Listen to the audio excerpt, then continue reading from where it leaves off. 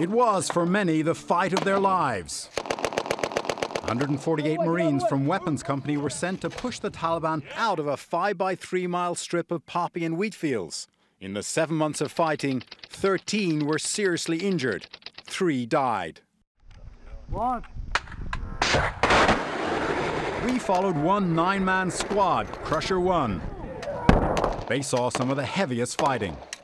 It would change them forever.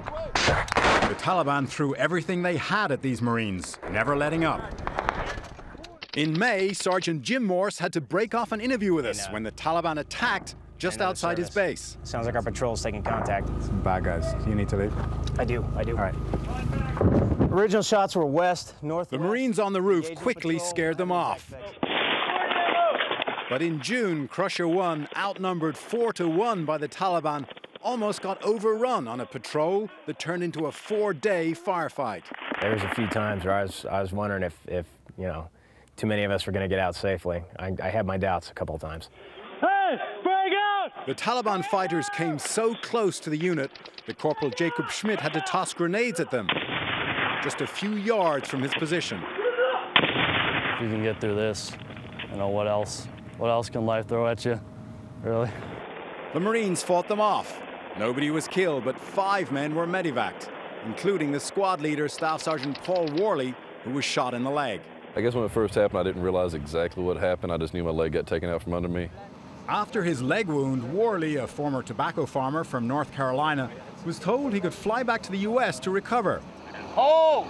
He refused, insisting on returning to his squad after a week. The fact of the matter is that, you know, I love the guys that I work with.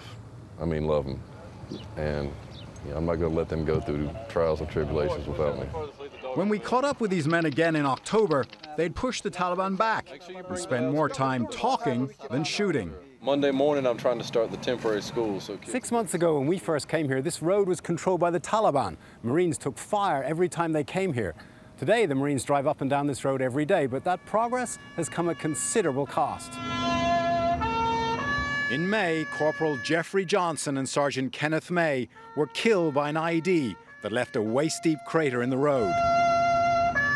In July, Corporal Larry Harris from the Mortars Platoon was killed as he carried another wounded Marine on his back to a medevac helicopter.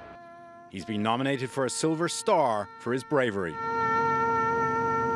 When you're back in the States, everything's like, a lot of it's like given to you. Lance Corporal Joshua Eccleston from Florida is just 20 years old. He's learned to fight for his life. You come out here and it's about survival. It really is. And that definitely changes you. Schmidt from Belleville, Wisconsin was on his first combat deployment. Like the other young Marines, he's become a bit wiser, a bit humbler, and a lot closer to his buddies. You know, you train for it. You know, you prepare all you can mentally, physically. You come here, but you know, just one day it actually hits you. You know, how you know, short life is, how delicate it is. As peaceful as their territory is now, the Marines of Weapons Company will never forget the fights they got in, nor the friends they lost. Break out! After that 4-day firefight, when they were nearly overrun, the Marines left standing had this picture taken. The picture doesn't convey the intense fatigue. Most of us were swaying as the picture was taken, having a hard time standing up at that point. A lot of them went in boys and came out men, that's for sure. The war that changed them all. Terry McCarthy, CBS News, Garmsir, Southern Afghanistan.